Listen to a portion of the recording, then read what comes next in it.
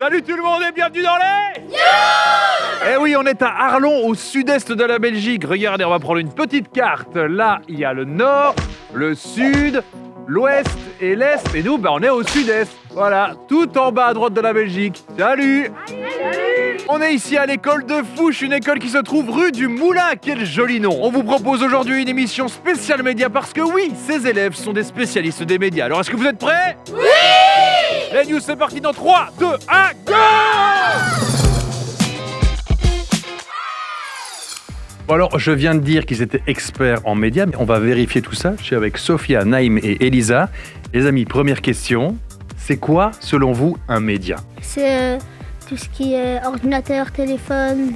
Il y avait aussi le journal avant. Ouais. T'en connais encore d'autres, des médias de ce genre-là? Il y avait aussi des affiches dans la rue. Un média, c'est effectivement un outil qui va permettre de diffuser des informations, des images, du son, de la vidéo, des choses qui vont transmettre des données finalement. Alors la question suivante, c'est à votre avis, ça sert à quoi un média? Et Elisa, je pense que tu avais la réponse à cette question. À informer les gens de ce qui se passe dans le monde. Maintenant, je me demande, est-ce que vous avez une idée de à quoi ça sert d'être informé? Si quelqu'un parle de quelque chose comme ça, tu sais de quoi il parle.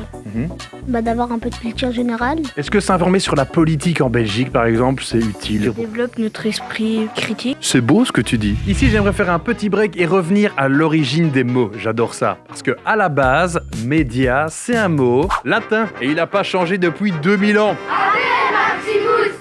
Avec moi. Au singulier, médium, ça veut dire milieu, centre, intermédiaire. Ils ont tout inventé, ces Romains. Est-ce que pour vous, il y a des médias hyper modernes qui viennent de sortir? Quel genre de truc ça peut être? Des téléphones, des ordinateurs, des switches. Des applications pour parler. Oui, exactement. Les téléphones et les tablettes, ce sont aussi des médias parce qu'on y trouve des réseaux sociaux sur lesquels il y a des vidéos et il est possible de parler avec les gens. Donc, ce sont bel et bien des médias. Alors moi, quand je pensais aux tout nouveaux médias, j'avais aussi envie de parler de YouTube. Est-ce que tu es sur YouTube, toi? Est-ce que tu vas sur YouTube? Oui, moi je vais sur YouTube.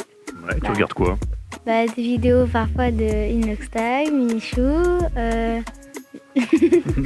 Maintenant qu'on a bien compris ce que c'est un média, je suis avec Alicia, Timour et Rosie et on va vous poser une question. Est-ce qu'on peut vraiment faire confiance à tout ce qu'on voit dans les médias selon vous? Non, des fois c'est faux. Je sais plus comment on appelle, un ovni qui est venu et voilà, c'est un truc faux. Comment c'est fabriquer une information fausse comme ça, Alicia? T'as une idée? Des fois c'est par l'IA, L'IA, ça veut dire c'est quoi? l'intelligence artificielle. Et qu'est-ce qu'elle fait cette IA? Elle fabrique des vidéos ou des images qui montrent des fois des choses violentes ou des fausses informations qui impliquent des gens importants. Rosie, ça s'est déjà arrivé toi de tomber sur des fake news générées par IA? T'as déjà vu ça? Des fois, on le remarque facilement et des fois, c'est plus difficile à remarquer. Alors, il faut déjà se poser la question si c'est vrai. Et on peut aller sur différents sites pour voir si c'est vrai. Il pourrait nous donner la réponse. C'est ça qu'il faut faire, vérifier ses sources et recouper ses informations. C'est comme ça qu'on va s'en sortir. Et d'ailleurs, maintenant, on va parler de votre projet, parce que vous avez un projet média ici dans cette classe. Ça consiste en quoi? En fait, on doit faire un projet sur l'actualité. Donc, on regarde le journal pour s'informer. Et après, on rédige une fiche. Qu'est-ce qu'on fait avec ces fiches? On répond aux questions pour après faire un résumé. Une fois que vous avez votre résumé, vous allez tous présenter un sujet de votre choix devant la classe. Toi, t'as choisi quoi? Moi, j'avais choisi de faire sur Zoran Mandani, le maire de New York. Je l'ai choisi parce qu'il m'inspirait, il m'intéressait et je l'adore. Voilà. Tu l'as déjà présenté devant la classe? Oui, je l'ai déjà fait. Moi, je trouvais que ça s'était bien passé. Ça s'est bien passé, vous confirmez les gars? Oui! Bon, c'est bien beau de regarder des actus, mais maintenant j'aimerais bien que vous construisiez une actu. Et pour ça, j'ai préparé un petit jeu. Alors ici, on vous propose quelques infos brutes autour du thème « Les frites seront plus chères en 2026 ». Par exemple, on a le prix d'un sachet de frites pourrait monter à 4 € cet hiver. Il a beaucoup plu au sud de la Belgique cet été, etc., etc. Ce sont des infos brutes qui expliquent ou racontent pourquoi la frite sera plus chère en 2026. Maintenant, en partant de ça, j'aimerais que par groupe de 5, on fasse le tri et on décide ce qui est important ou pas et surtout qu'on le fasse à la mode news, c'est-à-dire en mode méga génial. Bon, c'est bon la préparation, maintenant il est temps de découvrir le résultat. Catastrophe! Le prix des frites augmente. Mais wesh, vous vous souvenez de la météo de cet été? Bah oui, elle était bien pourrie.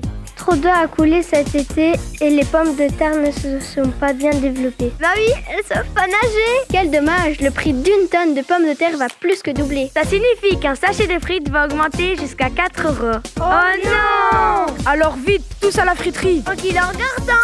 Wesh les patatas! Le prix d'un paquet de frites va augmenter de 4 € cet hiver. C'est pas une dinguerie? En 2026, le prix d'une tonne de pommes de terre va plus que doubler. Mais pourquoi? L'été dernier, il a draché comme pas possible. Quand t'es une queen, tu sors pas quand il pleut comme ça. Et les patates, elles aussi, elles n'aiment pas ça. Donc, elles se développent mal. Et elle coûte plus cher. Vous êtes pas d'accord, les patatos?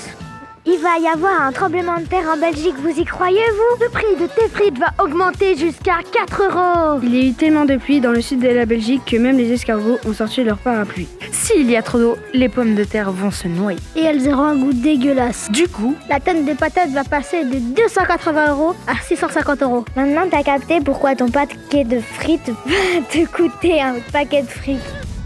Mais quel résultat incroyable! Franchement, vous félicite, la relève est clairement assurée. Alors voilà, malheureusement, les news, c'est déjà terminé pour aujourd'hui. Mais si, mais la bonne nouvelle, c'est qu'on se retrouve sur Ovio Kids et à chaque instant sur tous vos réseaux sociaux préférés, Instagram, TikTok et YouTube. Bye bye!